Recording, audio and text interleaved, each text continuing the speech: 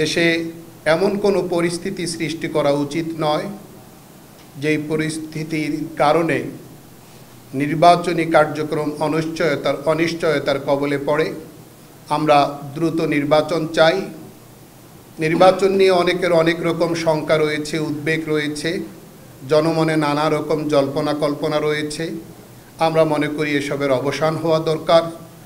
জমিয়ত উলামা ইসলাম বাংলাদেশের দলীয় সভাপতি মাওলানা ওবায়দুল্লাহ ফারুক সাহেবের নেতৃত্বে ৮ সদস্যের একটি প্রতিনিধি দল আমরা দ্বিপাক্ষিক বৈঠকে মিলিত হয়েছি।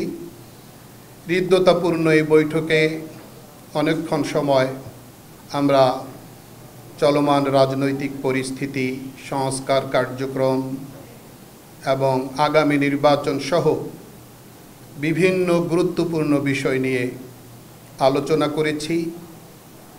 আমাদের মধ্যে বিভিন্ন বিষয়ে আলোচনা হয়েছে এবং আমরা মনে করি যে বাংলাদেশে জাতীয় ইস্যুগুলোতে জাতীয় ঐক্য অপরিহার্য। এই মুহূর্তে বিভাজন কাম্য নয়। দেশে এমন কোনো পরিস্থিতি সৃষ্টি করা উচিত নয় যেই পরিস্থিতির কারণে নির্বাচনী কার্যক্রম অনিশ্চয়তার কবলে পড়ে। আমরা দ্রুত নির্বাচন চাই। নির্বাচন নিয়ে অনেকের অনেক রকম শঙ্কা রয়েছে, উদ্বেগ রয়েছে, জনমনে নানা রকম জল্পনা কল্পনা রয়েছে। আমরা মনে করি এসবের অবসান হওয়া দরকার। মিক্সার গ্রাইন্ডার ঝামেলা কমায়, সময় বাঁচায়। এবং অন্তর্বর্তী সরকারের উচিত নির্বাচনের লেভেল প্লেইং ফিল্ড, সব দলের সমান সুযোগ নিশ্চিত করা, নির্বাচনী কার্যক্রমের দিকে মনোযোগী হওয়া। এই জায়গাটাও আমাদের আলোচনা হয়েছে। আমরা সংস্কার কার্যক্রম নিয়ে আলোচনা করেছি।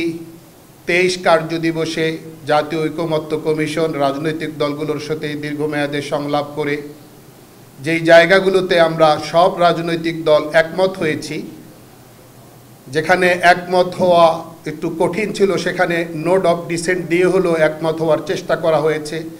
আমরা আশা করি যেই জায়গাগুলোতে আমরা একমত হয়েছি হুবহু ওই জায়গাগুলোকে সামনে রেখে জাতির সামনে একটি ঘোষণা আসবে। আমরা এ ব্যাপারে যথেষ্ট আশাবাদী। জাতিসংঘের মানবাধিকার কমিশনের কার্যালয় খোলা নিয়েও আমাদের মধ্যে যথেষ্ট উদ্বেগ রয়েছে। এই উদ্বেগের কথাটাও আমরা ওনাদের সাথে শেয়ার করেছি এবং আরও বিভিন্ন বিষয় নিয়ে আমরা পরস্পরে আলোচনা করেছি। আমাদের এই আলোচনা পারস্পরিক যোগাযোগ অব্যাহত থাকবে। দীর্ঘদিনের পারস্পরিক সম্পর্ক, উঠা বসা, রাজনৈতিক ভাবের আদান প্রদান সব কিছু নিয়ে আমাদের মধ্যে যোগাযোগ আছে, যোগাযোগ থাকবে। সবাইকে ধন্যবাদ।